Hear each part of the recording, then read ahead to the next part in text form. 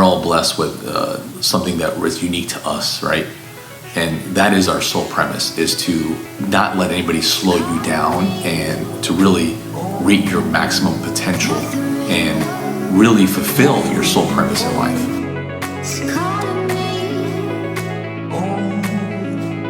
How are you guys doing? My name is TAI, and this is my sole premise.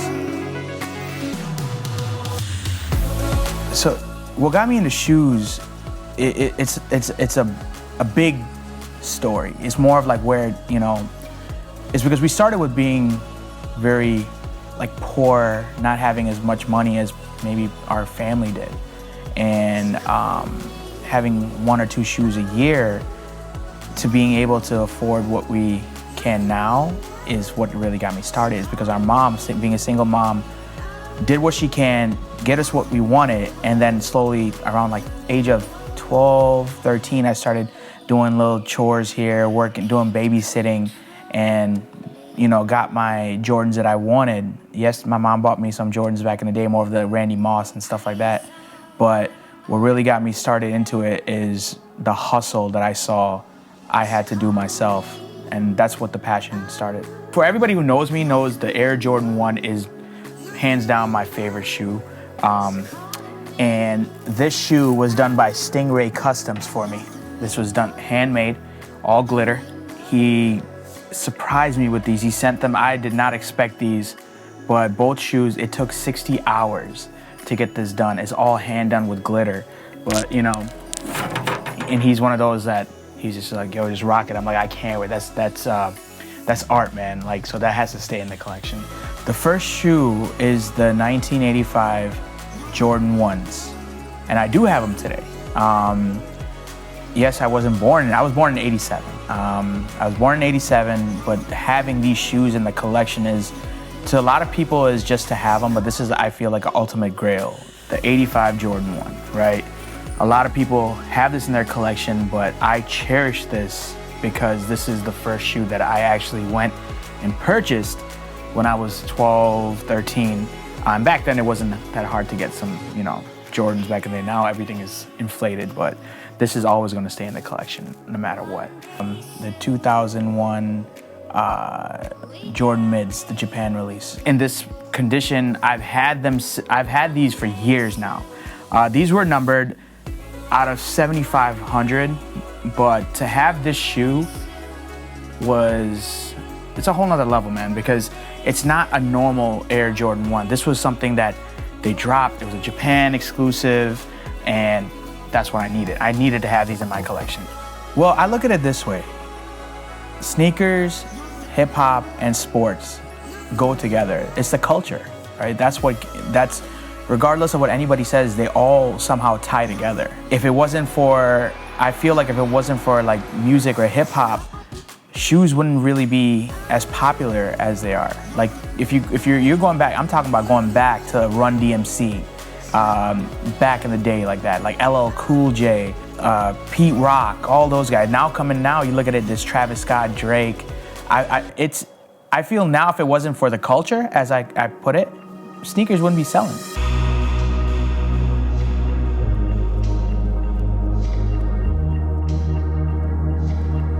I would have to say my cousin, Jahangir. He's a little older than me, but me and my brother looked up to him and still look up to him as, you know, he's our cousin, but we look up as a brother. I remember the story when we walked into his house and this is before the whole reselling thing started, like he was just starting his business, right? And he had like a stack of Space Jams. And it was like, hey, he told his pops, can I use your credit card? I'll have your money back in a week. And it's just, ever since then, like he has, you know, like motivated us, but it's also like, I think I've kind of surpassed his collection now, but it's because of him is what got me and my brother into it.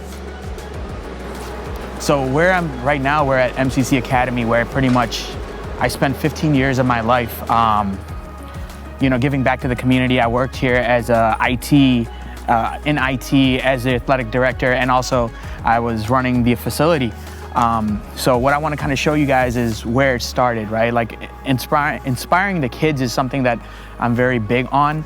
And when I walk in with certain shoes, they go crazy. And it's to see the young youth understanding what these shoes are is a whole nother level now. So we're gonna go in and make sure you guys check out some of the school. So, I mean, this is what we were a big part of, is winning championships, because this school taught not only you should be great in academics, but you should also be great in sports. And luckily, myself and my brother were a big part of this school winning so many of these titles. And again, bringing the shoes right back to the community is something we designed for the for the school, was this canvas shoe that we put the logo, talking about the brand, and you know, I had to add my touch to it, but this is something that we are very proud of, and a lot of people don't see this side of me. They only see AJ like on stage sneaker collecting, but this is what it is. I'm a low-key nerd. So let me show you guys the gym and what we were super proud of doing. And this is where we won all our championships. So our school is known for championships. Very big on athletics in this school, also being God conscious and, you know, academically. So our volleyball team for the girls is, you can see the records, 10-0, 10-0, 6-2, 8-1. There's more banners that are going to be going up, but this is what, you know, and this is where me and my brother kind of took over, and we've been, you know, blessed enough to have championship teams. There is another banner that has to go up, but if you see, man, these kids, and these are just 6th, 7th, 8th grade kids playing at a level and beating teams 14-0 in the season. But this is my domain. This is where it all started. People ask me that all the time. I look at it as a sneaker market game, being as like a stock market, right? It just depends on what's releasing. To be honest, say if you're saying 2 years, it's gonna go up. Regardless, it's gonna go up. It's just that they're gonna have the bumps in the roads, just like any other stock, any company has, right? Now, like yesterday, I was watching Facebook lost $50 billion in their fourth quarter or whatever it was. It's not affecting them, but because they know it's gonna go back up. Like for Travis Scott, the Travis Scott Jordan 1s, when they released, they were at like 17, 18 to 2,000. Now they're dropping a little bit, but I feel the longer it goes, it's just gonna go up. Like now all the Kobe's, I mean, rest in peace to one of the greatest to play. People are trying to make money off his shoe, but I'm just so happy that all these companies are saying, hey, we're not gonna sell it. But everything Kobe is gonna go up. Like everything Jordan is always going up. Like who would think a pair of off-white Jordan 1s, the Chicago 1s, are sitting at $4,000 or $5,000 right now. I use this as pretty much like everyday people. I wanted this shoe to be beat because that's what shoes are. Shoes are meant to be worn. And I kind of regret wearing them to this point because these shoes brand new are worth $5,000. Even used $2K to $3,500, but wear your shoes, guys. That's what the whole point is, to wear your shoes. But this is probably one of my most expensive. I would really like to see a Fear of God Jordan collab. I know Jerry Lorenzo is doing a lot of stuff with Nike, but I think that would be a really, because he's one of those, like he's like me. Quality is key. So when he released, you know, when he did his Nike collab, he made sure the top-notch material, and of course you're going to pay for it, but you're getting quality just like his brand. So I think Jerry Lorenzo with Jordan Brand would be a great collab. So Trophy Room is a store that Marcus Jordan started 3 years ago, and it's the take on the family Trophy Room that's in Highland Park, Illinois. And I have the privilege to been knowing them forever. My brother works with them and stuff, so you know I'm blessed to get access to the shoes. And one thing that there's a few things that they blessed me with, but this is hands down the craziest. The Air Jordan 5 Friends and Family. There's only 223 pairs worldwide. And for me to have, this is one shoe I would never get rid of. I don't care. I've been offered so much money for these shoes. And at one point, I think it was like 10K or 15K. And I was just like, I can't. You know, this is a shoe that I cannot get rid of. The quality behind it, the whole story behind it, and you know, the details of the shoe is crazy. So this is the red pair. So this is a pair that didn't release to anybody except for the 223 friends and family. Man, my goal is to add a pair of Air Mags. I would really love to own a pair of Air. It doesn't matter if they're used. I know I'm not gonna be able to get the auto lace, which is like $50,000, but the Air Mags is something that I wanna try to attempt to just bring into my collection. If not, then it's gonna have to be some rare pair of Air Jordan 1s. There's another pair that it's honestly just a white Don C Jordan 1. There's 38 pairs made. So it's one of those. So over the last 2 years, my journey has been a little crazy. Started off with the whole, my Kicks family, you know, we went to the Cleveland Sneakercon, and from there on, it's just blown up. I've hosted every Sneakercon across the country in the last year and a half. Been thankful to them for giving me the opportunity to, you know, be able to reach all these people and be able to talk about my stories and meet 2J's Kicks, Eric from Band LA, Anthony from Soul Premise.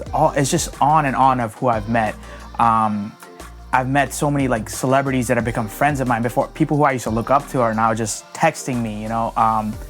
It's crazy. So that's what I've pretty much taken my journey, and I've now pretty much hosting all events across the country. I fly out every weekend for Sneakercon, not for Sneakercon, it's Sneakergames, there's Hype Central, all these other companies that are flying me out. And it's a blessing because to be able, like first going to these events just to kind of like shop, now being like the main event of it is crazy. From there, it's, you know, I've taken over so many different aspects of business, right? I used to work at a school, private school, MCC Academy. I was there 15 years.